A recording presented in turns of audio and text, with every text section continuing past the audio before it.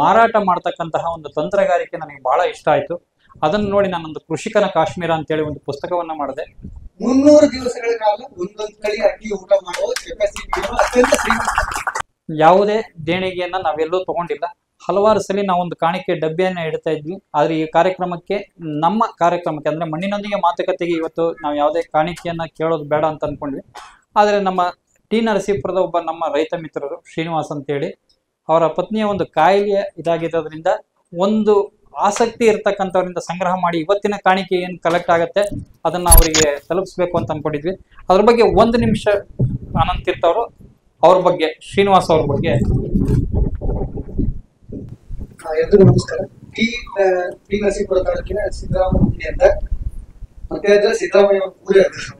So ಅವರು ಅತ್ಯಂತ ಹೆಚ್ಚು ತಳಿಗಳನ್ನ ಕನ್ಸರ್ವ್ ಮಾಡ್ತಾರೆ. ಅವ್ರು ಕಳೆದ 15 ವರ್ಷಗಳಿಂದ ಶ್ರೀನಿವಾಸ್ 250, 300, 500 ವರ್ಷಗಳಿಂದ 600 ತಳಿ ಭತ್ತಗಳನ್ನ ಸಂರಕ್ಷಣೆ ಮಾಡಿ ಬೀಜೋತ್ಪಾದನೆ ಫ್ರೀ ಕೊಡ್ತಿದ್ದಾರೆ ಯಾರಿಗೂ ಆಸಕ್ತಿಗೆ. ಅವರು ಕಳೆದ 1.5 ದಶಕಗಳಿಂದ ನಮ್ಮ ಜೊತೆಗೆ ನಾವೆಲ್ಲ ಸುಮಾರು ಪ್ರವಾಸಗಳನ್ನು ಮಾಡಿದ್ವಿ. ಈ ಕೆಲಸದಲ್ಲಿ ಅವರ ಮನೆಯವರು ತುಂಬಾ ಸಹಕಾರ ಕೊಟ್ಟಿದ್ರು. ದುರದೃಷ್ಟವಶಾತ್ ಅವ್ರಿಗೆ ರೀಸೆಂಟ್ ಆಗಿ ಒಂದು ಕಾಯಿಲೆ ಗೊತ್ತಾಯ್ತು. ಅದಕ್ಕೆ ಹೆಚ್ಚು ಹಣ ಖರ್ಚಾಗುತ್ತೆ. ಇರೋದೇ ಅವ್ರಿಗೆ 2 ಎಕರೆ ಜಮೀನು, ಸಣ್ಣ ಕೇಬಲ್ ಟಿವಿ ಕನೆಕ್ಷನ್ ಕೆಲಸ ಮಾಡ್ತಿರ್ತಾರೆ.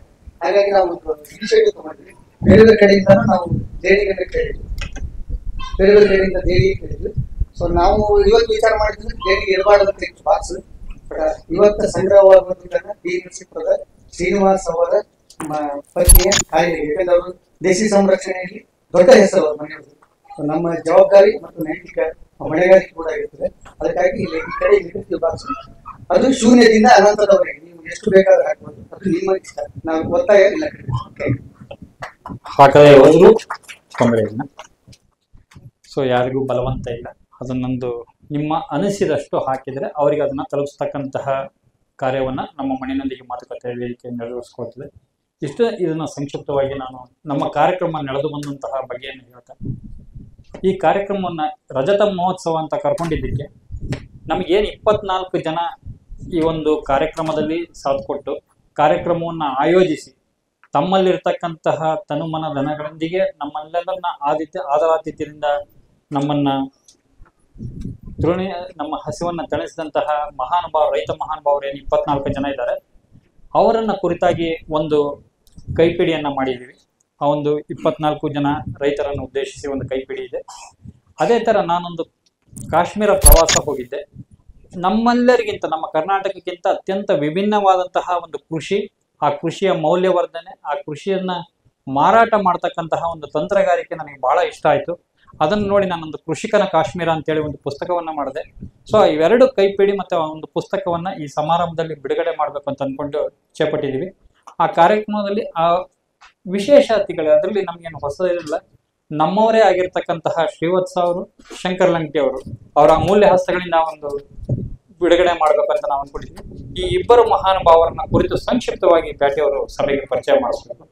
ಪ್ರತಿಭೆಗಳು ಓದಿದ್ದು ಬರೀ 3ನೇ ಕ್ಲಾಸ್, ಆದ್ರೆ ಅವ್ರು ಎಷ್ಟು ಶ್ರೀಮಂತರು ಅಂತ ಈಗ ಇವತ್ತೇನಾದ್ರು ನಾವು ಒಂದು ತರ ಊಟ ಮಾಡ್ತೀವಿ, ಆಚಾರ ಸಂಘಕ್ಕೆ ಗೊತ್ತಾಗ ಅವ್ರು ಇವತ್ತು ಒಂದು ತಳಿ ಅನ್ನ ಊಟ ಮಾಡಿ ನಾಳೆ ಇನ್ನೊಂದು, ನಾಡ್ದು ಇನ್ನೊಂದು ಹಿಂಗ ಮಾಡ್ಕೊಂಡು ಹೋದ್ರೆ 300 ದಿವಸಗಳ ಕಾಲ ಒಂದೊಂದು ತಳಿ ಅಕ್ಕಿ ಊಟ ಮಾಡುವ ಕೆಪಾಸಿಟಿ ಅತ್ಯಂತ ಶ್ರೀಮಂತ. ಓದಿದ್ದು 3ನೇ ಕ್ಲಾಸು, ಆದ್ರೆ ಸಿರಿಧಾನ್ಯ ಅವ್ರದ ತೋಟನೇ ಒಂದು ದೊಡ್ಡ ಕೃಷಿ ಸಂರಕ್ಷಣೆಯ ತಾಣ. ಅವ್ರಿಗೆ ಹೋಗ್ತಾರೆ ಗುಂಡಿನಟ್ಟಿ ಅಂತ ಬೆಳಗಾವ್ ಹತ್ರ ಖಾನಾಪುರ ತಾಲೂಕು. ಅವರೇಂದ್ರ 2 ಮಕ್ಕಳಿದ್ದಾರೆ. ಅವ್ರ ಮಕ್ಕಳನ್ನು ತಮ್ಮ ಆಸಕ್ತಿಗೆ ಅನುಗುಣವಾಗಿ ಬೆಳೆಸಿದ್ದಾರೆ. ಮತ್ತೆ ಗುರುವಾರ ಬಜಾರ್ ಅಂತ ಧಾರವಾಡದಲ್ಲಿ ಗೋಡ್ ಸರ್ಕಲ್ ಹತ್ರ ಒಂದು ಬಜಾರ್ ನಡೀತಾರೆ. ನೀವು ಯಾವ್ದಾದ್ರು ಹೋದ್ರೆ ಗಮನಿಸಿ, ಬೆಳಗ್ಗೆ 11 ಗಂಟೆಯಿಂದ 4 ಗಂಟೆವರೆಗೂ ದೇಸಿ ಮತ್ತು ಸಾವಯವ ಎಲ್ಲ ತರದ ಧಾನ್ಯಗಳು, ಭತ್ತ, ಬೇಳೆಕಾಳು ಎಲ್ಲ ಸಿಗುತ್ತವೆ. ಅವ್ರು ಬರದೇ 10:30 ಸುಮಾರು ಬರ್ತಾರೆ, 4 ಗಂಟೆಗೆ ಹೋಗ್ತಾರೆ. ಎಷ್ಟಾಗುತ್ತೆ ಅಂತ ಅವರು ಹೇಳಿಲ್ಲ, ನಾವು ಕೇಳಲ್ಲ. 2 ಲಕ್ಷ ತನಕ ಆಗುತ್ತೆ ಅಂತ ನನಗೆ ಗೊತ್ತು. ದೇಸಿ ತಳಿಗಳ ಬಗ್ಗೆ ಅಪಾರ ಜ್ಞಾನ. ನಾವು ಪ್ರವಾಸಕ್ಕೆ ಹೋದಾಗ ಸುಮಾರು ಟೂರ್ಗಳಲ್ಲಿ ನಮ್ಮ ಜೊತೆಗೆ ಬಂದಿದ್ದಾರೆ. ಅವ್ರಿಗೆ ಅಂತ ದೇಸಿ ತಳಿ ನೋಡಿ ಕೂಡಲೇ ತಗೋಬೇಕು ಅಂತ ಆಸೆ, ಕೇಳ್ತಾರೆ. ದೇಸಿ ತಳಿ ಕೊಡ್ಲಿಕ್ಕಂತೆ ನಮ್ಮ ಹತ್ರ ಹೆಲ್ಪ್ ಹುಡುಗ ಕದೀತಾರೆ. ಅವರು ಇದನ್ನ ಮಾಡಿದ್ದಾರೆ ಈಗ ಆಲ್ರೆಡಿ. ಅದ್ರ ಆಮೇಲೆ ಅವ್ರು ಮಾತಾಡ್ತಾರೆ. ಮಣಿಪುರ್ಗೆ ಹೋದಾಗ ಆ ಥರದ್ದು ಮಾಡಿದ್ವಿ ನಾನು, ಶಂಕರ. ಅದು ಕಪ್ಪು ಭತ್ತ ಚಕಾವ್ ಕೊಡ್ತಾರೆ. ಕಪ್ಪು ಭತ್ತ ನಿಮ್ಗೆ ಗೊತ್ತಿರ್ಬೋದು, ಅದು ಪ್ರೊಹಿಬಿಟೆಡ್ ರೈಸ್ ಅಂತ. ಚೀನಾದಲ್ಲಿ ಬರೀ ರಾಜ ಮಹಾರಾಜ ಕುಟುಂಬಗಳು ಮಾತ್ರ ಬಳಸ್ತಾ ಇದ್ದಾರೆ. ಯಾಕಂದ್ರೆ ಅದರಿಂದ ತುಂಬಾ ಆರೋಗ್ಯ ಇದೆ, ದೀರ್ಘಾಯುಷ್ಯ ಇದೆ. ರಾಜರಿಗೆ ಗೊತ್ತಿದೆ ಪ್ರಜೆಗಳು ಯಾವಾಗಲೂ ಸಾಯ್ಬೇಕು, ನಾವು ಮಾತ್ರ ಚೆನ್ನಾಗಿರ್ಬೇಕು. ಹಾಗಾಗಿ ಪ್ರೊಹಿಬಿಟೆಡ್ ರೈಸ್ ಅಂತಂದ್ರೆ ಅದು ಆ ಸೈಡ್ ಬೆಳೆದಿದೆ, ಚೀನಾ ಬಾರ್ಡರ್ ಸೈಡ್ ಅಲ್ಲಿ ಬ್ಯಾನ್ ಮಾಡಿದ್ರು ಶಂಕರಣ್ಣ. ಸರಿ, ನಾನು ಮಹಾರಾಷ್ಟ್ರದಲ್ಲಿ ಹೋಗಿ ಸ್ಥಾನಿಗಳ ಇವ್ರು ಶಂಕರಣ್ಣ ಎತ್ತು ಅಂದ್ರೆ ಎತ್ತು ಬಿಟ್ರು. ಅದು ಇದೇ ಶಂಕರಣ್ಣ ಮೇಲೆ ಹೇಳಲ್ಲ, ತಪ್ಪಲ್ಲ, ಕರ್ಕೊಂಡ್ಬಂದು. ಈ ಕರ್ಕೊಂಡ್ಬಂದ್ರೆ ದೇಸಿ ತಳಿಗಳ ಮೇಲೆ ಅದನ್ನೇ ಪ್ರೀತಿ ಇದೆ. ಸೊ ಒಂದು ಕಿರು ಹೊತ್ತಿಗೆ ನಮ್ಮ 24 ರೈತರನ್ನ ಸ್ಮರಿಸ್ತಕ್ಕಂಥ ಒಂದು ಕೃತಿ, ಅದರ ಜೊತೆಗೆ ನನ್ನ ಕೃಷಿಕನ ಕಾಶ್ಮೀರ, ಇವೆರಡೂ ಸಹ ಈ ಬಿಡುಗಡೆಯ ಸಮಾರಂಭದ ನಂತರ ನಮ್ಮ ಕೌಂಟರ್ನಲ್ಲಿ ಮಾರಾಟಕ್ಕೂ ಸಿಗುತ್ತೆ. ದಯವಿಟ್ಟು ಅದನ್ನ ನಿಮ್ಮ ಜೊತೆಗೆ ಇಟ್ಟುಕೊಂಡು, ಅದರ ಜೊತೆಗೆ ನನ್ನ ಇನ್ನೊಂದು ಕೃತಿ ಜೇನು ಕೃಷಿ. ಸೊ ಹಲವಾರು ಜನಕ್ಕೆ ಜೇನು ಕೃಷಿಯಲ್ಲಿ ಆಸಕ್ತಿ ಇರ್ತಕ್ಕಂಥವರಿಗೆ ಮೂಲಭೂತವಾದಂತಹ ಒಂದು ಪುಸ್ತಕ, ಅದು ಸಹ ಮಾರಾಟಕ್ಕೆ ಲಭ್ಯ ಇದೆ. ಇವುಗಳನ್ನ ತಗೊಳ್ತೆ ಅಂತ ಹೇಳ್ತಾ ನಾನೀಗ ಆ ಪುಸ್ತಕ ಬಿಡುಗಡೆ ಸಮಾರಂಭಕ್ಕೆ ಶಂಕರಣ್ಣ ಅವ್ರನ್ನ, ಶ್ರೀವತ್ಸ ಅವ್ರನ್ನ, ಹಾಗೂ ನನ್ನ ಪುಸ್ತಕಕ್ಕೆ ಹಿನ್ನುಡಿಯನ್ನ ಬರೆದಂತಹ ಮಲ್ಲಿಕಾರ್ಜುನ ಹೊಸಪಾಳ್ಯ ಅವ್ರನ್ನ, ಮುನ್ನುಡಿಯನ್ನ ಬರೆದಂತಹ ಅನಂತ್ ತೀರ್ಥ ಬ್ಯಾಟಿ ಅವರನ್ನ ವೇದಿಕೆ ಕರಿತೀನಿ. ಇಟ್ಟಿರ್ತಕ್ಕಂತಹ ಗಿಡಗಳು ಪ್ರತಿಯೊಬ್ಬ ರೈತನ ಅಂಗಳದಲ್ಲೂ ಸಹ ಇವತ್ತು ಜೀವಂತವಾಗಿ ಹಸಿರಾಗಿ ಬೆಳೀತಾ ಇದೆ. ನಂತರ ವಿಜಯ ರೆಡ್ಡಿ ಅವರು ಸಹ ಅವ್ರ ಗೆಳೆಯ ಉಮೇಶ್ ಡೊಳ್ಳಿ, ಕಂಪಸಾಗರದ ಯುವ ಕೃಷಿಕ. ಅವ್ರದ್ದು ಬಿಸ್ನೆಸ್ ಬೇರೆ, ಕ್ಷೇತ್ರ ಬೇರೆ, ಆದ್ರೆ ಕೃಷಿಕರ ಜೊತೆಗೆ ಸದಾ ಬೆನ್ನೆಲುಬಾಗಿ ಇಟ್ಕೊಂಡು ಹಲವಾರು ಕೃಷಿ ಚಟುವಟಿಕೆಗಳಲ್ಲಿ ಅತ್ಯಂತ ಪ್ರೀತಿಯಿಂದ ನಾವೆಲ್ಲ ಇರ್ತಕ್ಕಂತಹ ಕಾರ್ಯಕ್ರಮಗಳಲ್ಲಿ ವಾಲಂಟಿಯರ್ ಆಗಿ ದುಡಿದು ಈ ಕಾರ್ಯಕ್ರಮವನ್ನು ಕಟ್ಕೊಟ್ಟಿದ್ದಾರೆ. ಅವರಿಗೆ ನಾವು ಗೌರವವನ್ನ ಸಮರ್ಪಣೆ ಮಾಡ್ತೀವಿ. ನಂತರದ ಕಾರ್ಯಕ್ರಮ ಹಂಪಿ ಹನುಮಂತಯ್ಯ, ತಿರುಮಲಾಪುರ ಗ್ರಾಮದವರು. ನಮ್ಮೆಲ್ಲರಿಗೂ ಹಿರಿಯರು, ನಾವು ಅವ್ರನ್ನ ಸಾವಯವ ಕೃಷಿ ಋಷಿ ಅಂತಾನೆ ಕರಿತೀವಿ. ಅವರ ಕಾರ್ಯಕ್ರಮವನ್ನ ಫೆಬ್ರವರಿ 14ನೇ ತಾರೀಕು ಹಸಿರು ಪ್ರೇಮಿಗಳ ದಿನಾಚರಣೆ, ಯಾಕಂದ್ರೆ ನಾವೆಲ್ಲ ಪ್ರೇಮಿಗಳ ದಿನಾಚರಣೆ ಅಂತೇಳಿ ಆಚರಣೆ ಮಾಡ್ತೀವಿ, ಆದ್ರೆ ಬಹಳ ವಿಶಿಷ್ಟವಾದ ಕಾರ್ಯಕ್ರಮ ಅವರ ತೋಟದಲ್ಲಾಗಿತ್ತು. ಮೊಟ್ಟ ಮೊದಲನೇ ಬಾರಿಗೆ ನಮ್ಮ ಈ ಕಾರ್ಯಕ್ರಮದಲ್ಲಿ 200 ಸಂಖ್ಯೆಯನ್ನ ದಾಟಿದ್ದು ಅವರ ತೋಟದಲ್ಲಿ ಮಾಡಿದಂತಹ ಕಾರ್ಯಕ್ರಮ. ಹಸಿರು ಪ್ರೇಮಿಗಳ ದಿನಾಚರಣೆ ಆರೋಗ್ಯದ ಒಂದು ಇದರಲ್ಲಿ ಅವರು ಆಸ್ಪತ್ರೆಯಲ್ಲಿ ಇರೋದ್ರಿಂದ ಅವರಿಗೂ ಬೇಗ ಗುಣಮುಖರಾಗಲಿ ಅಂತ ಹಾರೈಸ್ತಾ ನಾನು ಈ ಕಾರ್ಯಕ್ರಮದಲ್ಲಿ ಕೇಳ್ಕೊಳ್ತೀನಿ. ನಂತರ ನಾನು 2ನೇ ಕಾರ್ಯಕ್ರಮ ನಿಂಗಪ್ಪ ಕುಂಬಾರ್ ಹಿಂದರಿಗೆ ಅವರು. ಸೊ ಕಾಮನೂರಲ್ಲಿ ಆದಂತಹ ಕಾರ್ಯಕ್ರಮದ ನಂತರ ನಮಗೆ ಪ್ರೇರೇಪಣೆ ಕೊಟ್ಟ ನೆಕ್ಸ್ಟ್ ನನ್ನ ತೋಟದಲ್ಲಿ ಅಂತ ಹೇಳಿ ನಮಗೆಲ್ಲರಿಗೂ ಸಂಗಟಿ ಎಲ್ಲರಿಗೂ ಗೊತ್ತಿದೆ. ನಾವು ದಕ್ಷಿಣ ಕರ್ನಾಟಕದವ್ರಿಗೆ ಗೊತ್ತಿರ್ಲಿಲ್ಲ. ಆ ಸಂಗಟಿಯ ರುಚಿಯನ್ನ ಉಣಬಡಿಸೋರು ನಿಂಗಪ್ಪ ಕುಂಬಾರ್.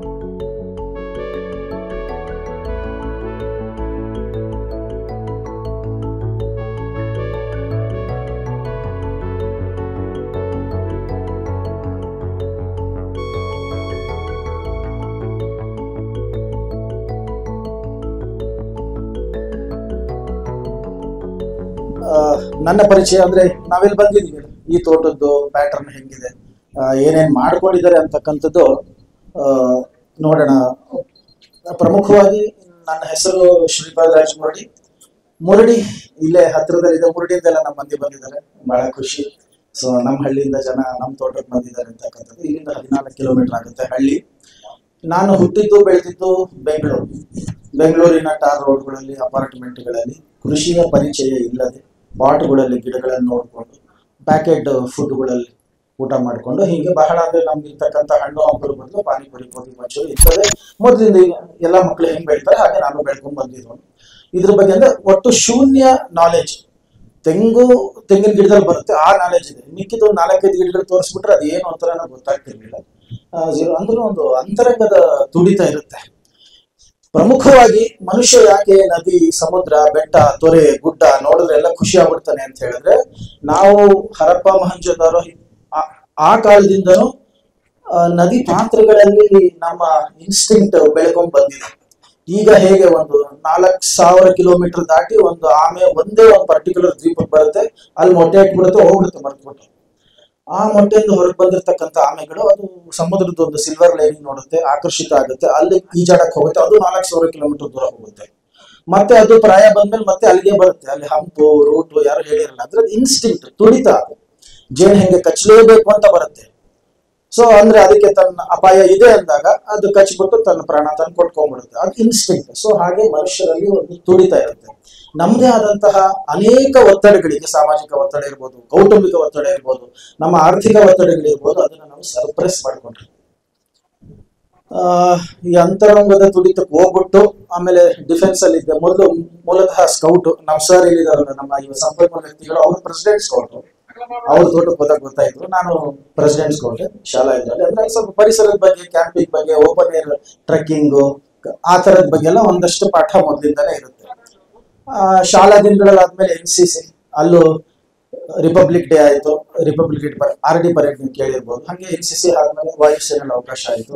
ಅದಾದ್ಮೇಲೆ ಒಂದು 10-15 ವರ್ಷ ಸರ್ವಿಸ್ ಆಯ್ತು. ಇನ್ನ ನಮ್ಮ ಪೂರ್ವಜರ ಆಶೀರ್ವಾದ, ಇಲ್ಲಿಗೆ ಬರ್ಬೇಕಾದ ಪ್ರಸಂಗ ಬಂತು. ಅಲ್ಲಿ ನಮ್ಗೆ ಟೈಮ್ ತುಂಬಾ ಸಿಗೋದು. ನಾವು ನಾರ್ತ್ ಇಂಡಿಯಾಲೆಲ್ಲ ಇದ್ದಾಗ ಕನ್ನಡನ ಬಹಳ ಮಿಸ್ ಮಾಡ್ಕೊಂತ ಇದ್ವಿ. ಬೇರೆ ಬೇರೆ ಭಾಷಿಕರೆಲ್ಲ ಇರೋರು, ಅಲ್ಲಿ ಇಂಡಿಯಾನೇ ಅಲ್ಲಿ ಹಾಗೆ ಸೀಮಿತ ವರ್ಗ, ಸೀಮಿತ ಜಾತಿ, ಸೀಮಿತ ಭಾಷೆ ಇರೋದಿಲ್ಲ, ವ್ಯಾಪಾರವಾಗಿ. ಸೊ ಕನ್ನಡದವ್ರು ಯಾರು ಇರ್ಲಿಲ್ಲ, ಪುಸ್ತಕಗಳನ್ನ ಓದಕ್ಕೆ ಶುರು ಮಾಡ್ತಾ ಇದ್ದೆ. ಬೇರೆ ಬೇರೆ ಪುಸ್ತಕಗಳು, ಖ್ಯಾತ ಸಾಹಿತ್ಯಗಳ ಪುಸ್ತಕ ಎಲ್ಲ ಓದು ಹವ್ಯಾಸ ಎಲ್ಲ ಆಯ್ತು. ಅದಾದ್ಮೇಲೆ ಪರಿಸರದ ಬಗ್ಗೆ ಹೆಚ್ಚಿನ ಪುಸ್ತಕಗಳು KP ಪೂರ್ಣಚಂದ್ರ ತೇಜಸ್ವಿ ಅವರು ಬಹಳ ಉಚ್ಚರಿಸಿದ್ರು ನನಗೆ. ಅವರ ಬರಹಗಳು ಹೇಗೆ ಒಬ್ಬ ಲೇಖಕ ಯಾರ್ಯಾರೋ ಎಲ್ಲೆಲ್ಲೂ ಪ್ರಭಾವಿಸ್ಬಿಡ್ತಾನೆ, ಅವ್ರನ್ನೆಲ್ಲ ಮುಗಿಸಿದ್ದಾಯ್ತು. ಇಲ್ಲಿ ಆನಂದ್ ತೀರ್ಥ ಬ್ಯಾಟಿ, ಅವ್ರಿಗೆ ಹೇಳಿದ್ರೆ ಮುಜುಗರ ಆಗುತ್ತೆ, ಇರೋದ್ರೆ ಹೇಳ್ತೀವಪ್ಪ. ಸೊ ಹಾಗಾಗಿ ಅನೇಕ ಪುಸ್ತಕ, ಅವರು ಒಂದಷ್ಟು ಕರ್ಮವೀರದಲ್ಲಿ, ಕಸ್ತೂರಿಲಿ, ತರಂಗದಲ್ಲಿ, ಪ್ರಜಾವಾಣಿಲಿ ಬರೆಯೋರು. ಬರಿತಾ ಇಟಿಗಿ ಪರಿಚಯ ಮಾಡಿಕೊಟ್ಟಿದ್ದು ಜಗತ್ತಿಗೆ ಹೆಚ್ಚು ಕಮ್ಮಿ ಅವರೇ ಅಂತಂದ್ರೆ ಆ ಬರಹಗಳಲ್ಲಿ ಚಕ್ರೇಶ್ವರ ದೇವಸ್ಥಾನಗಳು, ಈ ಹಂಪಿ, ಸಾಕಷ್ಟು ಹೆರಿಟೇಜ್ ಅಂಡ್ ಕಲ್ಚರ್, ಆಮೇಲೆ ಕೃಷಿ ವಿಚಾರಗಳ ಬಗ್ಗೆ ಮತ್ತೆ ಅವ್ರು ಬರೋದು ಶುರು ಆಯ್ತು. ಕೃಷಿ ಪುರವಣಿ ಅವರು ಅದನ್ನ ಓದ್ತಾ ನಮ್ದು ಹಾಗೆ ಪರಿಸರ ಪ್ರೀತಿ ಕೃಷಿ ಪ್ರೀತಿಯಾಗಿ ಮಾರ್ಪಾಡಾಯ್ತು. ಆಮೇಲೆ ಒಂದಷ್ಟು ಟ್ರೈನಿಂಗ್ ಗಳಿಗೆ ಹೋಗಕ್ ಶುರು ಮಾಡಿದ್ವಿ. GKVK ಮೊದಲು ಹೋಗಿದ್ದು ದುಂಬಿಗಳು ಕಲ್ತ್ಕೊಳಕ್ಕೆ, ಬಿ ಕೀಪಿಂಗ್ ಕಲಿತಾ ಅದು ಸಂಸಾರ ಕೋಣೆ, ಸಂಗ್ರಹ ಕೋಣೆ, ಕೆಲಸ ಮಾಡೋದು, ರಾಣಿಗಳು, ಅದ್ರದ್ದು ಪ್ಯಾಟರ್ನ್, ಯಾವ ರೀತಿ ಅದು ತನ್ನ ಸಂಗ್ರಹ ಮಾಡ್ಕೊಳುತ್ತೆ, ಅದ್ರ ಬಗ್ಗೆ ಆಕರ್ಷಿತನಾಗಿ ಫಸ್ಟ್ ನಾನು ಮಾಡಿದ್ದು ಜೇನು ಕೃಷಿ. ಆಗ ನಂಗೆ ನಿಂಗಪ್ಪ ಅವರು, ಅವರೇ ನನ್ನ ಗುರುಗಳು ಆ ಟೈಮಲ್ಲಿ. ಅದಾದ್ಮೇಲೆ 28 ಬಾಕ್ಸ್ ಒಟ್ಟಿಗೆ ತಂದು ಕೊಟ್ಬಿಟ್ರು. ಏನ್ ಮಾಡ್ಬೇಕು ಗೊತ್ತಾಗಿಲ್ಲ, ಅಟ್ಟರ್ ಫ್ಲಾಪ್. ಕೃಷಿ ಫಸ್ಟ್ ಸ್ಟೆಪ್ ಜೇನು ಕೃಷಿಯಿಂದ ಫ್ಲಾಪ್. ಮತ್ತೆ ಬೇಡ ಅಂದ್ರೂ ಇಲ್ಲಿ ಬಂದು ಮೈ ಮೇಲೆ ಹಾಕೊಂಡಿದ್ರು. ಮತ್ತೆ ಮನೇಲಿ ಕೇಳ್ತಾರೆ, ತಾಯಿ ಆಗ್ಲಿ, ಮಡದಿ ಆಗ್ಲಿ, ಮಕ್ಕಳಾಗ್ಲಿ, ಅದೇನೇನೋ ಆಗತ್ತೆ ಅವು. ಆಮೇಲೆ 2 years ನಮ್ಗೆ ಅಕ್ಕಪಕ್ಕದ ಹೊಲನೇ ನಮ್ಗೆ ಮಾದರಿ. ಅವ್ರು ಹೆಂಗ್ ಬೆಳೀತದ್ರಿ, ನಾವು ಬೆಳೆದ್ಬಿಡೋಣ, ಅವರೆಲ್ಲ ಬೆಳೆದಿದ್ರಲ್ಲ ನಾವು ಬೆಳೆದ್ಬಿಡ್ಬೋದಲ್ವಾ, ಅವ್ರು ಬಿತ್ಬಿಟ್ಟಿದ್ದಾರೆ ನಾವು ಬಿತ್ಬಿಡೋಣ. ಹಿಂಗೆ ಸಿಂಪಲ್ ಕಾಂಪಿಟೇಷನ್ ಮಾಡ್ಕೊಂಡು ಇಡೋ 120 ಎಕರೆ ಬಿತ್ಬಿಟ್ಟೆ. 120 ಎಕರೆ ಸಾಗುವಳಿ ಮಾಡ್ತಾ ಇದ್ದೀವಿ. ನನ್ನ ಪಹಣಿ 42 acres. ನಿಮ್ ಭಾಷೆಯಲ್ಲಿ ಹೇಳ್ತಿರಲ್ಲ ತಿಂಡಿ ಅಂತ ಹೇಳಿ, ಅಂದ್ರೆ ಅದಮ್ಯ ಆಸಕ್ತಿ. ನಮ್ಮ ಆಸಕ್ತಿ ಹೆಚ್ಚು ಮಾಡ್ಕೊಂಡು ಆ ಕಡೆನೂ ನಾನೇ ಗುತ್ತಿಗೆ ತಗೊಂಡು, ಈ ಕಡೆನೂ ನಾನೇ ಗುತ್ತಿಗೆ ತಗೊಂಡು 120 ಎಕರೆ ಒಬ್ಬನೇ ಏಕಾಂಗಿ ಮಾಡ್ತಾ ಇದ್ವಿ. 120 ಎಕರೆ ಬಿತ್ತದ ಮೇಲೆ ಬಿತ್ತದ್ ಸುಲಭ, ಟ್ರಾಕ್ಟರ್ ದುಡ್ಡು ಕೊಟ್ಬಿಟ್ರೆ ಅವ್ರು ಬರ್ತಾರೆ, ಮಾಡ್ಬಿಡ್ತಾರೆ, ಎಲ್ಲ ಆಗೋಯ್ತು. ಆಮೇಲೆ ಕಳೆ ಕೀಳ್ಬೇಕು, ಹಾರ್ವೆಸ್ಟ್ ಮಾಡ್ಬೇಕು, ಗೊಬ್ಬರ ಹಾಕ್ಬೇಕು, ಕಟಾವ್ ಜನ ಸಿಗಲ್ಲ, ಕಟಾವ್ ಮಾಡಿ ರಾಶಿ ಹಾಕಿದ್ರೆ ಮಳೆ ಬಂದ್ಬಿಡುತ್ತೆ, ಟಾರ್ಪಲ್ ಓಡಾಡ್ಬೇಕು, ಯಾರು ಟಾರ್ಪಲ್ ಕೊಡಲ್ಲ, ಅವ್ರದೇ ಅವ್ರಿಗೆ ರಗಡಿ ಇರ್ತದೆ. ಇವೆಲ್ಲ ನೋಡ್ಕೊಂಡು ಮತ್ತಿನ್ನೊಂದು ಫ್ಲಾಪು. ಯಾಕಾದ್ರೂ ಇಲ್ಲಿ ಬಂದು ನಮ್ದು PF EF ಅಂತ ಒಂದ್ ಸ್ವಲ್ಪ ಇರುತ್ತೆ, ಎಲ್ಲ ಖಾಲಿ ಝೀರೋ. ನಾನು ಇಡೀ ಜೀವಮಾನದ ಓದು ಇದು ದುಡಿತ ಎಲ್ಲ ಬಿಗ್ ಶೂನ್ಯ, ಏಕಾಂಗಿ. What to do? ನನಗೆ ಸಮಸ್ಯೆಗಳು, ಒಂದಷ್ಟು ಫೇಲ್ಯೂರ್ಸ್ ಸಾಕಷ್ಟು ಜನ ಇದ್ದಾರೆ. ಈಗಲೂ ಹಂಗಾಗ್ತಾ ಇದೆ. ತಮ್ಮ ಇಡೀ ಜೀವಮಾನದ ರಿಟೈರ್ಮೆಂಟ್ ದುಡ್ಡು ಇಟ್ಕೊಂಡು ಮಣ್ಣಕ್ಕೆ ಹಾಕ್ಬಿಟ್ಟು ಝೀರೋ ಆಗಿರೋರು ಇದ್ದಾರೆ, ಇಲ್ಲೂ ಇದ್ದಾರೆ. ಸೊ ನಾನು ಒಬ್ಬನೇ ಅಲ್ವಲ್ಲ, ನಿಧಾನಕ್ಕೆ ಇದು ಫೇಸ್ಬುಕ್ ಅಲ್ಲಿ, ವಾಟ್ಸಪ್ ಅಲ್ಲಿ ನಾನು ಇಷ್ಟುದ್ದ ಇಲ್ಲಿ ಸಕ್ಸಸ್ ಪೀಪಲ್ ಗಳು ತುಂಬಾ ಜನ ಇದ್ದಾರೆ. ವಾಟ್ಸಪ್ ಬಂದ್ಬಿಟ್ಟಿದ್ದು ಕೈಗೆ. ಅವಾಗ ಸರ್ ನಿಮ್ಮ ಸಲಹೆ ಬೇಕು, ನಿಮ್ಮ ತೋಟದ ಜ್ಞಾನಾರ್ಜನೆಗೆ ನಾನು ಬರುವೆ, ಸಮಯ ಕೊಡಿ, ಹೀಗೆ ಪ್ರತಿಯೊಬ್ಬರಿಗೂ ಮೆಸೇಜ್ ಮಾಡ್ತಿದ್ದೆ. ಈಗ ಯಾರ ಹತ್ರ ಹೋಗೋಕ್ಕೂ ಟೈಮ್ ಇರಲ್ಲ ರೀ. ಈಗ ನಾನು ಇನ್ನೊಬ್ರ ಹತ್ರ ಹೋಗಿದ್ರೆ ಅವ್ನು ಏನೋ ಬಂದು ಟೈಮ್ ವೇಸ್ಟ್ ಮಾಡ್ಕೊಂಡು ಅವನು ಫೇಲ್ ಆಗ್ತಾನೆ, ಮತ್ತೆ ನನ್ನ ಹೆಸರು ಹೇಳ್ಕೊಂಡು ನನ್ನ ಹೆಸರು ಹಾಳು ಮಾಡ್ತಾನೆ, ಇವ್ನಿಗೆ ಯಾಕೆ ಟೈಮ್ ಕೊಡೋಣ ಅಂತ ಹೇಳಿ ಅವಾಯ್ಡ್ ಮಾಡ್ತಾರೆ. ಕೃಷಿಗೆ ಬರಬೇಡ, ಲಾಸ್ ಇದೆ, ತಪ್ಪಿ ಬರಕ್ ಹೋಗ್ಬೇಡ, ಇರೋದು ಹೆಂಗಿದೆ, ಇದು ಕೂಡ ಇದೇ ಚೆನ್ನಾಗಿದೆ, ಇದಕ್ಕಿಂತ ವರ್ಸ್ಟ್ ಆಗುತ್ತೆ ಕೇಸು ನಿಮಗೆ. 199 ಜನ ನನಗೆ ಇದನ್ನೇ ಹೇಳಿದ್ದು. ಯಾರೋ ಅಲ್ಲೊಬ್ರು ಇಲ್ಲೊಬ್ರು ಇಲ್ಲೆಲ್ಲ ಇದಿರಲ್ಲ, ಆ ತರ ಸ್ವಲ್ಪ ಸಪೋರ್ಟ್ ಸಿಕ್ತು. ಮಣ್ಣಿನೊಂದಿಗೆ ಮಾತುಕತೆ ಅಂತ ಶುರುವಾಯ್ತು. ಇಲ್ಲಿಗೆ ನಾನು ಒಬ್ಬನೇ. ಭಾಷೆನೂ ಬರೋಲ್ಲ ರೀ, ಕನ್ನಡ ನನಗೆ. ಪುಸ್ತಕದ ಭಾಷೆ ಬರುತ್ತೆ, ಬೆಂಗಳೂರಿಗೆ ಬೆಳೆದವನು. ಕೆಲವೊಂದು ಭಾಷೆಗಳು ನನಗೆ ಈಗ 10ನೇ ವರ್ಷ ಬೆಳಿ, ಇವಾಗೆಲ್ಲ ಅರ್ಥ ಆಗುತ್ತೆ, ಗೊತ್ತಾಗೋದಿದೆ ನನಗೆ, ಗ್ರಿಪ್ಸ್ ಇದ್ದಿದೆ. ಸೊ ಹಾಗಾಗಿ ಇಲ್ಲಿ ಲೇಬರ್ ಮ್ಯಾನೇಜ್ಮೆಂಟ್, ಆಮೇಲೆ ಸುತ್ತಮುತ್ತಲು ಇವು ಆರಾಮಾಗಿ ಅವ್ರ ದನ ಕುರಿ ಎಲ್ಲ ಮೇಯೋ ಜಾಗನ ಇವ್ನು ಯಾರೋ ಬಂದ್ಬಿಟ್ಟಿದ್ದು ನಂದು ಅಂದ್ಬಿಟ್ಟು ಎಲ್ಲ ಸಾಗುವಳಿ ಮಾಡಿದ್ರೆ ಒಂದು 13 ಫ್ಯಾಮಿಲಿಗಳು. 13 ಫ್ಯಾಮಿಲಿಗಳು ಊರಲ್ಲಿ ಬೀಗರು ಬೀಚರು, 3 ಊರನ್ನ ಎದುರಾಕೊಂಡ್ಬಿಟ್ಟೆ ನಾನು ಒಬ್ಬನೇ. ಏನು ಎಲ್ಲ ಕಡೆಯಿಂದ ಒತ್ತಡಗಳೇ. ಹಾಗೆ ಈ ಮಣ್ಣಿನೊಂದಿಗೆ ಮಾತುಕತೆ ಮೊದಲು ಕಾಮನೂರಿಗೆ ಶುರು ಆಯ್ತು. ಅಲ್ಲಿ ನಾನು ಮಾರನೇ ದಿನ ಅನ್ಕೊಳ್ಳೋರು ಏನೋ ಬ್ಯಾಡ್ ಸರ್ ಕಾಲ್ ಮಾಡೋದು ಶುರು ಆಗಿ. ಇವಾಗೆಲ್ಲ ಒಂದಷ್ಟು ಲೇಟ್ ಆಗಿ ಬಂದಿದ್ದೀರಲ್ಲ, ಪ್ರೋಗ್ರಾಮ್ ಸ್ಟಾರ್ಟ್ ಆಗ್ಬಿಟ್ಟಿದ್ದು. ಇಷ್ಟೊಂದೆಲ್ಲ ಮೆಸೇಜ್ ಮಾಡ್ತಿದ್ದಾರೆ, ಯಾರೋ ಇರ್ಬೇಕು ಗಿರಾಕಿ ನಮ್ಮಂಗೆ ಅಂತ ಹೇಳಿ. ಲಾಸ್ಟ್ ನೀವು ಬರಲ್ವಾ ಪ್ರೋಗ್ರಾಮ್, ನಾಳೆ ಅನ್ಕೊಂಡ್ಬಿಟ್ಟಿದ್ದೀನಿ.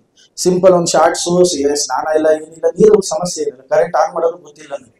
ಲೇಬರ್ ಬಂದ್ಬಿಟ್ಟು ಕರೆಂಟ್ ಆನ್ ಮಾಡ್ಬಿಟ್ರೆ ಆಮೇಲೆ ನನ್ನ ಸ್ನಾನ, ಆಮೇಲೆ ನನ್ನ ನೀರು, ಅಡಿಗೆ, ಈ ಲೆವೆಲ್ಗಿದ್ದೆ. ಸೊ ಓಡ್ ಹೋದೆ. ಅಲ್ಲಿ ನನ್ನ ಹಂಗೆ ಒಂದಷ್ಟು ಜನ ಸಿಗ್ತಾರೆ. ಸೊ ನಾನು ಒಬ್ಬನೇ ಅಲ್ಲ, ನಾನು ಏಕಾಂಗಿ ಅಲ್ಲ, ನನ್ನ ಜೊತೆ ಇನ್ನೊಬ್ರು ಇದ್ದಾರೆ ಅಂತ ಗೊತ್ತಾಯ್ತು. ಅಲ್ಲಿ ನಿಂಬೆ ತೋಟ ನೋಡ್ಬಿಟ್ನಲ್ಲ, ಬಂದು ನಿಂಬೆ ತೋಟ ಮಾಡಿದೆ. ಎಲ್ಲಿ ಏನು ಕೇಳ್ಕೊಂಡೆ, ನಿಂಬರ್ಗಿ ಹತ್ರ ಹೋದೆ, ರಾಜಶೇಖರ್ ನಿಂಬರ್ಗಿ, ಗುಲ್ಬರ್ಗ, ಅಲ್ಲಿಂದ ನಿಂಬೆ ತೋಟ ಮಾಡೋದು. ಇವಾಗ ಇಲ್ಲಿರೋ ನಿಂಬೆ ತೋಟನು 5.5 ವರ್ಷ ದಾಕ್ಷಿ ಬಾಲಾಜಿ 2 ಹಾಕಿದೀವಿ. ಹಾಗೆ ಒಂದೊಂದೇ ತೋಟದ ಪ್ಯಾಟರ್ನ್ಗಳನ್ನ ನನಗೆ ಹೆಂಗ್ ಸೂಟ್ ಆಗುತ್ತೆ ಹಂಗ್ ಮಾಡ್ಕೊಂಡು ಹೋದೆ. ಹುಣಸೆ ಪ್ಯಾಟರ್ನ್ ನೋಡಿದೆ, ಹುಣಸೆ ನನಗಿಲ್ಲ ಆಗ್ಲಿಲ್ಲ. 400 ಗಿಡ ತೊಗೊಂಬಂಗೆ ಹೋಗಿದೆ. ಸೊ ಒಂದು ಅಂದ್ರೆ ಎಲ್ಲ ಒಟ್ಟಿಗೆ ಮಾಡ್ಲಿಲ್ಲ, 2 ಪಟ್ಟಿ, ಸ್ಯಾಂಪಲ್ ಪಟ್ಟಿ ಅಂತ ಹೇಳ್ತಾರೆ. ಮೊದಲು ಚಿಕ್ಕದಾಗಿ ಒಂದು ಪಟ್ಟಿ ಮಾಡಿ, ಆ ಒಂದು ಸ್ಮಾಲ್ ಇದರಲ್ಲಿ ಸಕ್ಸಸ್ ಆಯ್ತು ಅಂದ್ರೆ ಅದನ್ನ ವಿಸ್ತಾರ ಮಾಡಿ. ಇದಕ್ಕೆ ಅಪಾರವಾದ ಸಹನೆ, ತಾಳ್ಮೆ, ಕೇಳುವಂತಹ ಮನೋಭಾವ, ಪರಸ್ಪರ ಸಹಕಾರ ಗುಣ, ಆಮೇಲೆ ಸೌಹಾರ್ದಯುತವಾಗಿ ಹೋಗ್ಬೇಕು. ಅಹಂಕಾರ ದಿಮಾಕೆಲ್ಲ ನಡೆಯಲ್ಲ ಕೃಷಿಯಲ್ಲಿ. ಯಾವುದೋ ಒಂದು ಆಫೀಸರ್ ಅಲ್ಲಿ ನನ್ಗೆ ಎಸ್ಟೇಟ್ ಕೇಡರ್ ಇತ್ತು, ನನ್ಗೆ ಅಶೋಕ ಪ್ರಶಸ್ತಿ ಬಂದ್ಬಿಟ್ಟಿದೆ, ಅವತ್ತಿನ ಹವಾ, ಅವತ್ತಿನ ಚಪ್ಪಾಳೆ ಆ ಕ್ಷಣಕ್ಕೆ ಮಾತ್ರ. ಇಲ್ಲಿ ಬಂದ್ಮೇಲೆ ನಥಿಂಗ್ ವೇರ್ ಝೀರೋ, ಎಲ್ಲರ ಜೊತೆ ಇರ್ಬೇಕು ನಾವು, ಮಿಕ್ಸ್ ಆಗ್ಬೇಕು ನಾವು. ಸೊ ಹಾಗಾಗಿ ಒಂದೊಂದೇ ಪ್ಯಾಟರ್ನ್ಗಳು ಶುರು ಆಯ್ತು. ಈ ತೋಟದಲ್ಲಿ ಒಟ್ಟಾರೆ ಮೊದಲು 2 ವರ್ಷ ಕೆಮಿಕಲ್ ಫಾರ್ಮಿಂಗ್ ಮಾಡಿದ್ದು. DAP, ಪೊಟ್ಯಾಶು, 10-26, ಸೂಪರ್ ಫಾಸ್ಫೇಟ್, ಯಾರು ಏನ್ ಹೇಳ್ತಾರೆ, ಗಿಡ ನೋಡೋದು, ಫೋಟೋ ಹಾಕೋದು, ಗೊತ್ತಿರೋ ತಲೆ ದಿನ ಅಂದ್ರೆ 24 ತಾಸು ಬರೀ ಇದೇ ಯೋಚನೆಯಲ್ಲಿ ಇರ್ತಿದ್ದೆ. ಆಮೇಲೆ ನಮ್ಮ ಕುಟುಂಬದ ಸಪೋರ್ಟು ತುಂಬಾ ಚೆನ್ನಾಗಿದೆ. ಯಜಮಾನ್ರು ಗೂಳಿ ಬಿಟ್ಟಕ್ಕೆ ಬಿಟ್ರು, ನಮ್ಮ ಬಡದಿಯವರು, ಗೌರ್ಮೆಂಟ್ ಟೀಚರು, ಅನ್ನ ಕೊರತೆ ಇಲ್ಲ, ಬದುಕೊಂಡೆ. ನಾನೇ ದುಡಿದ್ಬಿಟ್ಟು ಸಾಕ್ಬೇಕಾಗಿತ್ತು ಅಂತ ಹೇಳಿದ್ರೆ ತುಂಬಾ ಕಷ್ಟ ಆಗಿರೋದು. ಇರೋದನ್ನ ಇದಮಿತ್ತಮ್ ಅಂತ ಹೇಳೋದು ಅದರಲ್ಲಿ. ಸೊ ಆಮೇಲೆ ನಿಧಾನಕ್ಕೆ 3ನೇ ವರ್ಷಕ್ಕೆ ಗೊತ್ತಾಯ್ತು, ಎಷ್ಟು ನೀಗುತ್ತೆ ಅಷ್ಟು ಮಾಡಬೇಕು. ನನ್ನ ಲೇಬರ್ ಎಷ್ಟಿದಾರಲ್ಲ, ಅವ್ರ ಕೌಶಲ್ಯಗಳೇನು. ನಾನೀಗ ನಮ್ಮ ಲೇಬರ್ಗಳಿಗೆ ಡ್ರ್ಯಾಗನ್ ಫ್ರೂಟ್ ಮಾಡು ಅಂತ ಹೇಳಿದ್ರೆ ಆಗಲ್ಲ.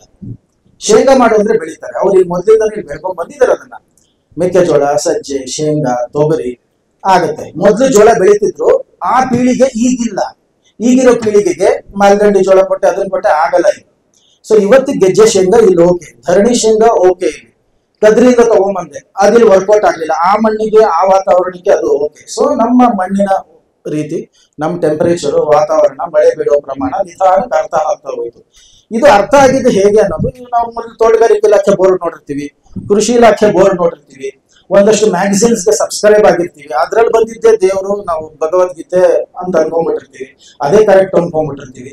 ಆ ಕಾಪಿ ಕ್ಯಾಟ್ ಮೆಥಡ್ ನಮ್ಗೆ ವರ್ಕೌಟ್ ಆಗಲ್ಲ, ಅದು ಅಲ್ಲಿ ವರ್ಕೌಟ್ ಆಗಿರುತ್ತೆ. ಇಲ್ಲಿ ಸಕ್ಸಸ್ ಆಗಿರೋದು ನಿಮ್ ತೋಟದಲ್ಲಿ ಆಗಿರಲ್ಲ, ಹೇಳಕ್ಕಾಗಲ್ಲ, ಅದನ್ನು ಹಾಕ್ಬೋದು. ಆ ಪ್ಯಾಟರ್ನ್ ಚೇಂಜ್ ಇರುತ್ತೆ. ಆ ಸಮಯಾವಕಾಶ, ಆ ಲೇಬರ್ ಕೆಪಾಸಿಟಿ, ಕೌಶಲ್ಯಗಳು ಬದಲಾಯಿಸ್ತಿರುತ್ತೆ. ಹಾಗೆ ಹಂತ ಹಂತವಾಗಿ ಬರ್ತಾ ಅನೇಕ ರೈತರುಗಳು ಪರಿಚಯ ಆಯ್ತು. ಈ ಮನೆಯೊಂದಿಗೆ ಮಾತುಕತೆ ಕಾರ್ಯಕ್ರಮಕ್ಕೆ ನಾವು ಯಾಕೆ ಬರ್ತೀವಿ, ಏನೋ ಹೊಸ ಸಿಗುತ್ತೆ, ಏನೋ ಕ್ಯಾಚ್ ಮಾಡ್ಬೋದು, ಆ ಒಂದು ಪ್ಯಾಟರ್ನ್ ಅಬ್ಸರ್ವ್ ಮಾಡ್ಬೋದು, ಅಥವಾ ನಾನು ಏನಾದ್ರು ಅಳವಡಿಸ್ಕೋಬಹುದು, ಅಥವಾ ನಮಗೊಂದು ಮಾರುಕಟ್ಟೆ ನೆಟ್ವರ್ಕ್ ಸಿಗಬಹುದು. ಕೆಲವೊಂದು ಮಷಿನರೀಸ್ ಹೊಸದಾಗಿ ಯಾರೋ ರೈತರು ಪ್ರಯೋಗ ಮಾಡ್ತಿರ್ತಾರೆ, ಲೇಬರ್ ಲೆಸ್ ಆಗಿ ಒಂದಷ್ಟು ಆಕ್ಟಿವಿಟಿ ನಡೀತಿರುತ್ತೆ, ನಮ್ಗೆ ಲೇಬರ್ ಜಾಸ್ತಿ ಆಗ್ತಿರುತ್ತೆ. ಇಂಥವೆಲ್ಲ ಅಬ್ಸರ್ವ್ ಮಾಡೋಣ. ಹೀಗೆ ಅಬ್ಸರ್ವ್ ಮಾಡ್ಕೊಂಡು ಬಂದ್ವಿ. ಇಲಾಖೆಗಳಿಗೆ ಹೋದ್ರೆ ಅಲ್ಲೊಬ್ಬ ಆಫೀಸರ್ ಇರ್ತಾರೆ, ಅವ್ರು PhD ಸ್ಕಾಲರು, ಡಬಲ್ ಡಿಗ್ರಿ ಎಲ್ಲ ಆಗಿರ್ತಾರೆ. ನಾನು ಬರ್ತೀನಿ ಅಂತ ಟೇಬಲ್ ಹಾಕೊಂಡು ರೆಡಿಯಾಗಿ ಕೂತಿರಲ್ಲ. ಅವ್ರದ್ದು ಡೈಲಿ ರೂಟೀನ್ ಇರುತ್ತೆ, ಡೈಲಿ ಮೀಟಿಂಗ್ಸ್ ಇರ್ತವೆ, ಡೈಲಿ ಶೆಡ್ಯೂಲ್ ಇರುತ್ತೆ. ಈಗ ನಮ್ಗೆ ಇರ್ಕಲ್ಗಡೆ ಹೋಗ್ಲಿ ಅಪ್ಪ, ನಮ್ದು ಅಲ್ಲಿರೋ AOಗೆ ಪ್ರತಿಯೊಬ್ಬ ರೈತರನ್ನ ಒಂದು ದಿನಕ್ಕೆ 1 ನಿಮಿಷ ಮಾತಾಡಿದ್ರು ಇಡೀ ಹೋಬಳಿಲಿರೋ ರೈತರನ್ನ ತನ್ನ ಜೀವಮಾನ 2 ಸಲ ಹುಟ್ಟು ಬಂದ್ರು ಅವನಿಗೆ ಆಗಲ್ಲ. ಅಂತದ್ರಲ್ಲಿ ಹೆಂಗಾಗತ್ತೆ ಅಲ್ವಾ? ಸೊ ಹಾಗಾಗಿ ಮತ್ತೆ ಯಾರ ಹತ್ರ ಕಲಿಬೇಕು ನಾವು? ಹೆಂಗೆ ಹೊಸ ಡಾಕ್ಟರ್ಗಿಂತ ಹಳೆ ರೋಗಿನೇ ಬೆಟರ್ ಅಂತಾರೋ, ಸೊ ನಮ್ಮ ರೈತರು ಅದರಲ್ಲಿ ಆಮೇಲೆ ಬೆಳೆದು ಒಂದು ಯಶಸ್ಸು ಕಂಡುಕೊಂಡಿರ್ತಾರೆ. ಸೊ ಯಶಸ್ವಿ ಪ್ರಗತಿಪರ ಉದಯೋನ್ಮುಖ ರೈತರ ತೋಟಗಳಿಗೆ ಕಂಟಿನ್ಯೂಸ್ ಭೇಟಿ ಮಾಡ್ಕೊಳ್ತಾ ಹೋದೆ. ಅದ್ರಲ್ಲಿ ಮನೆಯೊಂದಿಗೆ ಮಾತುಕತೆ 1, 2, 3, 4, 5 ಯಾರು 4 ಇಲ್ಲೇ ಇದ್ದಾರೆ, ಗುರುರಾಜ್ ಕುಲಕರ್ಣಿ ಅವರು. ಸೊ ಯಾರು ಸಾಮಾನ್ಯರಲ್ಲ, ಅವರು ಸೇಮ್ ಹಿಂಗೆ ಇದೆ, ಈ ತರನೇ. ಸೊ ಒಬ್ಬೊಬ್ಬರದು ಅರ್ಥ ಮಾಡ್ಕೊಂಡು ಮತ್ತೆ ಅವ್ರ ಜೊತೆ ಒಡನಾಟ. ಸುಮ್ನೆ ಹೋಗ್ಬಿಟ್ಟು ಅಲ್ಲಿ ಯಾರೋ ಒಂದ್ ಗಾಡಿ ನಿಲ್ಲಿಸ್ಬಿಟ್ಟು ಅಲ್ಲೊಬ್ಬ ರೈತ ಇರ್ತಾರೆ, ನಾನೇನೋ ಕೇಳ್ಬಿಟ್ರೆ ಅವ್ನು ಫುಲ್ ಓಪನ್ ಅಪ್ ಆಗಲ್ಲ. ಇಲ್ಲಿ ಬನ್ನಿ, ಸಮಾನ ಮನಸ್ಕತೆ ಇರುತ್ತೆ, ಒಂದು ವೇದಿಕೆ ಆಗುತ್ತೆ, ಎಲ್ಲದನ್ನು ಕಲಿಯಕ್ಕ. ಒಂದು ಪತ್ರ ಹರಿತು ಅನ್ನೋದ್ರ ಬಗ್ಗೆನೆ 5 ವರ್ಷ PhD ಮಾಡ್ತಾರೆ.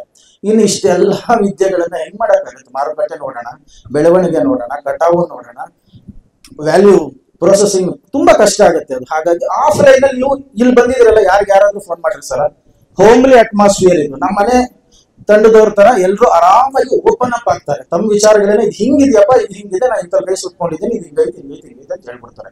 ನಮ್ಗೆ ಒಂದಷ್ಟು ವಿಚಾರಗಳು ಅನೇಕ ತಪ್ಪುಗಳನ್ನ ತಡೆ ಹಿಡಿಸಿರುತ್ತೆ. ಯಾಕಂದ್ರೆ ಅವ್ರು ಆಲ್ರೆಡಿ ಅದನ್ನ ಮಾಡ್ಬಿಟ್ಟಿರ್ತಾರೆ. ನಾನು ಏನ್ ಮಾಡ್ಬೇಕು ಅಂತ ಅನ್ಕೊಂಡಿದೀನೋ ಆ ತರ ಮಾಡಿರೋರು ಒಂದು 20 ಜನ ಇಲ್ಲೇ ಸಿಗ್ತಾರೆ ನಮ್ಗೆ. ಅವರು ನಮ್ ಜೊತೆ ರಾತ್ರಿ ಸಾಯಂಕಾಲ ಅವ್ರು ಯಾವಾಗ ಫ್ರೀ ಇರ್ತಾರೆ ಅವ್ರು ಫೋನ್ ಮಾಡಿದ್ರೆ ಗಂಟೆ ಮಾತಾಡ್ತಾರೆ. ಯಾಕಂದ್ರೆ ಅವರು ಅದನ್ನೇ ಅನುಭವಿಸ್ ಬಂದಿರ್ತಾರೆ. ರೈತನೇ ಗುರು. ಸಮಗ್ರ ಕೃಷಿ ಇಲ್ಲಿರೋದು. ಪಶುಸಂಗೋಪನೆ ಇದೆ, ಜೇನು, ಹೈನು, ಮೀನು, ಕೃಷಿ, ತೋಟಗಾರಿಕೆ, ಇವೆಲ್ಲನೂ 1 ಮ್ಯಾನ್ ಶೋನೆ. ಏನೋ ಪುಣ್ಯ, ಒಳ್ಳೆ ಲೇಬರ್ಸ್ ಇದಾರೆ ನನಗೆ.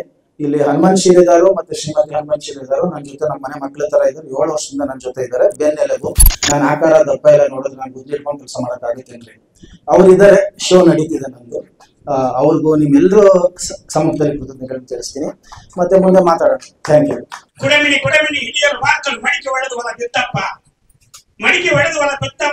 ಮಳದಿ ಬುತ್ತಿ ಬೀಜ ಒತ್ತರಗಳ ಕಡಲಿನ ಹೋಗೋಣ ಬಾರಪ್ಪ. ಇದು ಮುಟ್ಟಿಯಪ್ಪ, ಎಣ್ಣಿನಿಂದು ಊಟ ನಂದು, ಎಣ್ಣಿನಿಂದು ರಾಗಿ ಮುದ್ದೆ, ಹಡಕಲಗಡಿಗೆ ಹಕ್ಕಡಿ ಕಾಳು, ಹಾಗೆ ಜೋಳ, ಹರಿವೇನ್ ನೀರು, ಇವು ಮತ್ತು ಇವತ್ತು ನಾವೆಲ್ಲ ಆರೋಗ್ಯಕ್ಕೆ ನಾವು ಹೇಳಿ ಇವತ್ತು ಒಂದು ನನಗೆ ನಿಜವೇನಂದ್ರ ನನಗೆ ಮಣ್ಣಿನೊಂದಿಗೆ ಮಾತುಕತೆ ಅಂತ ಅದ್ಭುತವಾದ ಒಂದು ಮಣ್ಣಿನೊಂದಿಗೆ ಮಾತಾಡ್ತೀವಿ. ಇವತ್ತು ಮನುಷ್ಯ ಹತ್ರ ಮಾತಾಡ್ತೀವಿ ಅಂದ್ರೆ ಮಣ್ಣಿನೊಂದಿಗೆ ಮಾತುಕತೆ ಅಂದ್ರೆ ಆ ಭೂಮಿ ತಾಯಿ ಯಾರು ಮರಿತೀವ ಅವ್ರಿಗೆ ನಿಜವಾಗಿ ಒಂದು ಆಕಿ ಒಳ್ಳೆ ಆಶೀರ್ವಾದ ಮಾಡ್ತಾಳ. ಮುಂಜಾನೆ ನಾವು ಆಕಿ ಊಟ ಪರಿಸರದ ಊಟ ಮಾತಾಡ್ಬೇಕು. ಇವತ್ತು ನಾವು ಜಗತ್ತಕ್ಕೆ 5 ಪಂಚೇಂದ್ರಿಯಗಳು, ಆ ಪಂಚೇಂದ್ರಿಯ ಊಟ ಮಾತಾಡಿದ್ರೆ ನಮ್ಗೆ ಎಂದೆಂದಿಗೂ ಬಡತನ ಇಲ್ಲ ಅಂತ 2 ಮಾತು ಮಾತಾಡಲಿಕ್ಕೆ ಅವಕಾಶ ಮಾಡಿಕೊಟ್ಟಂತ ನೀವೆಲ್ಲರಿಗೂ ಶರಣ. ನಾನು ಈ ಕಾರ್ಯಕ್ರಮ ಪ್ರಾರಂಭ ಆದ 25ನೇ ಕಾರ್ಯಕ್ರಮ ಇದು. ನಾನು ಟೋಟಲ್ 24 ಕಾರ್ಯಕ್ರಮಗಳನ್ನು ಭಾಗವಹಿಸಿದ್ದೇನೆ. ನನಗೆ ಖುಷಿ ಅನಿಸ್ತಾ, ಈ ಕಾರ್ಯಕ್ರಮದಲ್ಲಿ ಇಂಥ ಜನ ಬರ್ತಾ ಇದ್ದಾರೆ. ಪಾಪ ಯಾರ್ಯಾರಿಗೂ ಅವ್ರ ಮುಖಂಡನೇ ಗೊತ್ತಿಲ್ಲ, ಅಂಥವ್ರು ಲಾಸ್ ಮಾಡ್ಕೊಂಡು ಬಹಳ ಜನ ಬರ್ತಾ ಇದ್ದಾರೆ. ಏನಾದ್ರು ತಿಳ್ಕೊಬೇಕು ಹಿಂಗಾಗಿ ಈ ಕಾರ್ಯಕ್ರಮದಿಂದ ಈಗೇನು ಲಾಸ್ ಬಹಳಷ್ಟು ಜನ ಆಗಿದ್ದಾರೆ.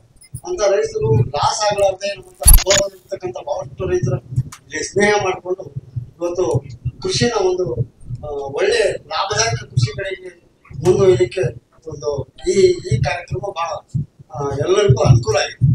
ಹೀಗಾಗಿ ಇಲ್ಲಿ ನನಗೆ ಸಭಾದಲ್ಲಿ ಮಾತಾಡುವಂತ ನನಗೆ ಸ್ಟೇಜ್ ಫಿಯರ್ ಇಲ್ಲ. ಹೊರಗಡೆ ಇದ್ದಾಗ ಇದೇ ಕಾರ್ಯಕ್ರಮದ ಬಗ್ಗೆ ಸಾಯಂಕಾಲದವರೆಗೂ ನಾನು ಇದನ್ನ ವರ್ಣನೆ ಮಾಡಲಿಕ್ಕೆ ಸಾಧ್ಯ. ದಯವಿಟ್ಟು ಇಲ್ಲಿ ಮಾತಾಡಲಿಕ್ಕೆ ಮತ್ತು ನಾನು ಪರಿಚಯ ಮಾಡ್ಕೊಳ್ಳಿಕ್ಕೆ ಸಹಕರಿಸಿದ ಎಲ್ಲರಿಗೂ ನನ್ನ ಕಾರ್ಯಕ್ರಮದ ಬಗ್ಗೆ ವರ್ಣನೆ ಮಾಡ್ಕೊಳ್ಬೇಕು ಅಂತಲ್ಲ, ಸಿರಾಜ್ ಮೂಲಿಮನಿ ಅವ್ರನ್ನ ಸಭೆಗೆ ಪರಿಚಯ ಮಾಡಿಸ್ಬೇಕು ಅಂತ ಹೇಳಿ. ಯಾಕಂದ್ರೆ ಕೆಲವು ರೈತರಿಗೆ ನಾವು ಸಿರಾಜ್ ಅವ್ರನ್ನ ಭೇಟಿಯಾಗ್ರಿ ಅಂತಂದಾಗ ಯಾರು ಅವರನ್ನ ಪ್ರಶ್ನೆ ಬರಬಾರ್ದು. ಯಾಕೆಂದ್ರೆ ಅದಂತ ನಡೆದಾಡೋ ವಿಶ್ವಕೋಶ ಇದ್ದಂಗೆ ಕೃಷಿ ಒಳಗ. ಹಾಗಾಗಿ ಅವರನ್ನ ಸಭೆಗೆ ನಾವು ಪರಿಚಯ ಮಾಡಿಸಿತ್ತು. ಈಗ ಮುಂದಿನದಾಗಿ ನಾವು ಶಂಕರಣ್ಣ ಅವ್ರ ಮಾತುಗಳನ್ನ ಕೇಳೋಣ. ದೂರದ ಬೆಳಗಾವಿನಿಂದ ಬೆಳಗ್ಗೆ 4 ಗಂಟೆಗೆ ಎದ್ದು ಹೊರಟು ಬಂದಿದ್ದಾರೆ ನಮ್ ಜೊತೆಗೆ ಇರ್ಬೇಕಂತೇಳಿ. ಈಗಾಗ್ಲೇ ಹೇಳ್ದಂಗೆ ದಿನಕ್ಕೊಂದು ನಮ್ಮನೆ ಅಕ್ಕಿ ನೋಡ್ರಿ ಎಷ್ಟು ವೈವಿಧ್ಯ ಇರ್ಬೋದು.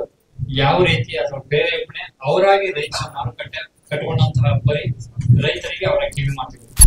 ಶಂಕರಣ್ಣ ನಿಮ್ದೆ ಇದು ಜ್ಞಾನಿಗಳು ಭಾಳ ಅವರೊಂದು ದೊಡ್ಡ ವಿಜ್ಞಾನಿಗಳು ಇದ್ದಾಗ ಗಾಳಿ ಬರ್ತೈತಿ, ಗಾಳಿಗೆ ಎಡಕಾಯಿ ನೀರು ನಿಲ್ಸುತ್ತಾರೆ.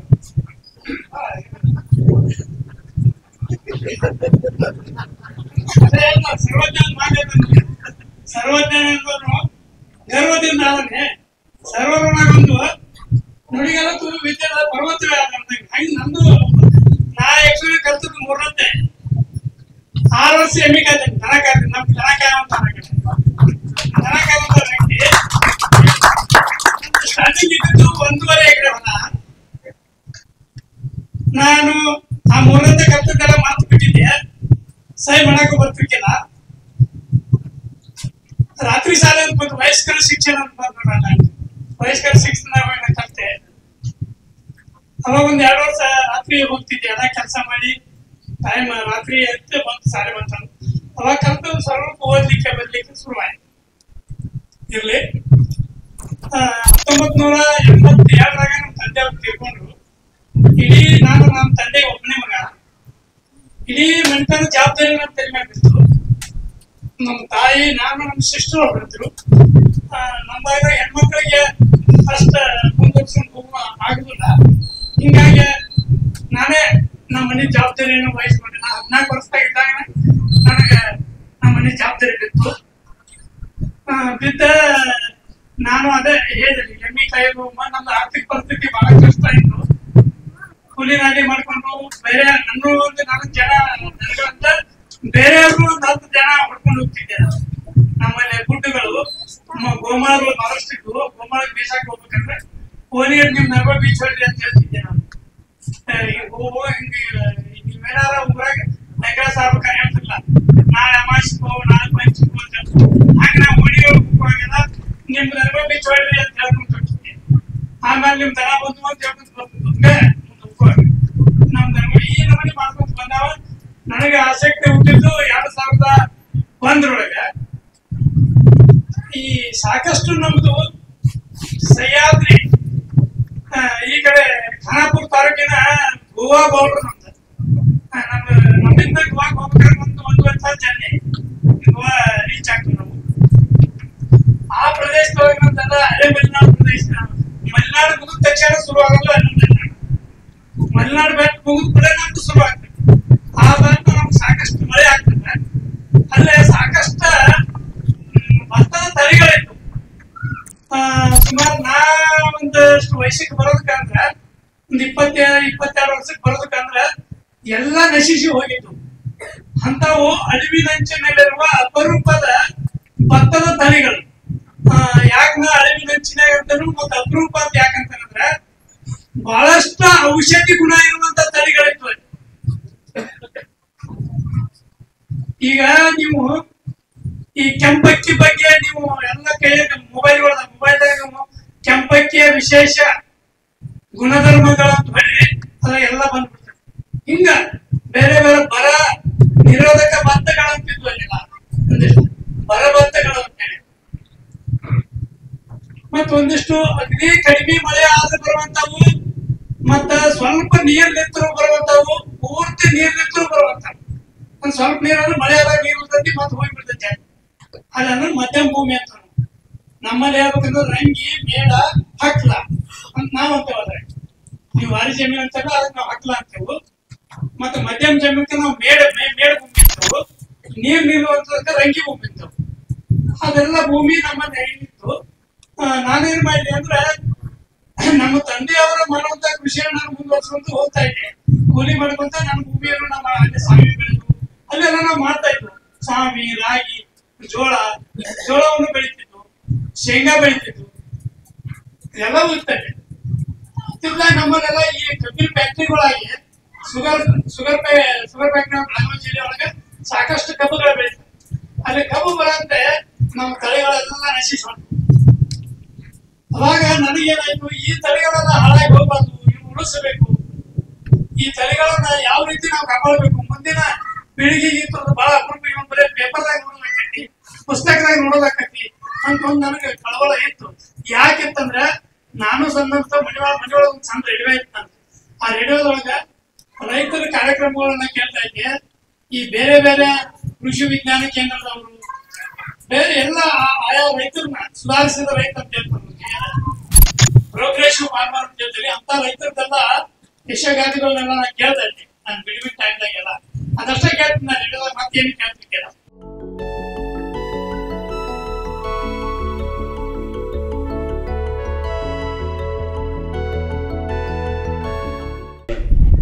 ಬೆರ್ಕೆ ಸೊಪ್ಪು ಅಂತ ನಾವೇನು ಬೈಸೆಮಿನಲ್ಲಿ ಕರಿತೀವಿ, ಅದ್ಯಾವ ನಾನು ಹಾಕಿ ಬೆಳೆದಿದ್ದಲ್ಲ. ನಾನು ಏನಾದರೂ ಅದು ಗುರುತಿಸಿ ನಾನು ನನ್ನ ತೋಟಕ್ಕೆ ಬರೋ ಕೃಷಿ ಪ್ರವಾಸೋದ್ಯಮಿಗಳು ಪ್ರವಾಸಿಗರು ಏನು ಬರ್ತಾರೆ ಅವ್ರಿಗೂ ಅದೇ ಕೆಲಸ ಮಾಡೋದು. ಮೊದಲೇ ಹೇಳ್ಬಿಡ್ತೇನೆ, ನೀವು ಯಾರೋ ರೆಸಾರ್ಟಿಗೆ ಬರ್ತಾ ಇದ್ದೀವಿ ಅನ್ನೋ ಮನಸ್ಥಿತಿನಲ್ಲಿ ಬರಬೇಡಿ, ರೆಸಾರ್ಟ್ ಅಲ್ಲ ನಂದು ಅಂತ. ಸೊ ನಾನು ಮಾಡಿರೋ ಒಂದೇ ಒಂದು ಪ್ರವಾಸಿಗರಿಗಾಗಿ ಅಂತ ನಾನು ಮಾಡಿರೋ ಒಂದೇ ಬದಲಾವಣೆ ನನ್ನ ತೋಟದಲ್ಲಿ ಅಂದರೆ ಒಂದೆರಡು ಒಳ್ಳೆ ಒಟ್ಟಿಗೆ ಸೇರಿ ಅಡುಗೆ ಮಾಡಿ ಉಪಯೋಗಿಸ್ತೀವಿ. ಮತ್ತೆ ಈ ಥರ ಇವರು ಹಸನ್ ಹೇಳಿದಾಗೆ ಸಾಕಷ್ಟು ಔಷಧಿ ಗಿಡಗಳಿರ್ತವೆ. ಇಲ್ಲೇ ಸುತ್ತ ಭೀಮನಕಡ್ಡಿಯನ್ನು ನೀವು ಗಮನಿಸಿರ್ಬೋದು, ನಾವು ಕೆಳಗುಡಿಸ್ಕೊಳ್ತಾರೆ. ಬೆಂಗಳೂರಿನಲ್ಲಿ ಸಂತೆ ಮಾಡ್ತೀನಿ, ಸೊಗಡು ಸಂತೆ ಅಂತ. ಸೊ ಇವೇ ನಾನು ಎಲ್ಲೂ ಹೊರಗಡೆ ಅಂತ ಏನು ತರೋಂಥದ್ದಿಲ್ಲ. ನಮ್ಮ ಇಡೀ 24 ಜರ್ನಿಗಳು ನಾವು ಹಿಂಗೆ ಎಲ್ಲೋ ನೋಡ್ತೀವಿ, ಎಲ್ಲೋ ಮಾಡ್ತೀವಿ. ಕ್ಯಾಂಪೇನ್ ಥರನ ಮಾಡಿದ್ದಾರೆ. ಈಗ ದಕ್ಷಿಣ ಕನ್ನಡದಲ್ಲಿ ಬೇಸಲ್ ಡೋಸ್ ಎಲ್ಲ ರೈತರು ಮಾಡ್ತಾ ಇದ್ದಾರೆ. ಅದು ಫಿಶ್ ಟಾನಿಕ್ ಇದೆಲ್ಲ ನೈಟ್ರೋಜನ್, ತುಂಬಾ ತುಂಬಾ ತುಂಬಾ ಪವರ್ಫುಲ್ ನೈಟ್ರೋಜನ್.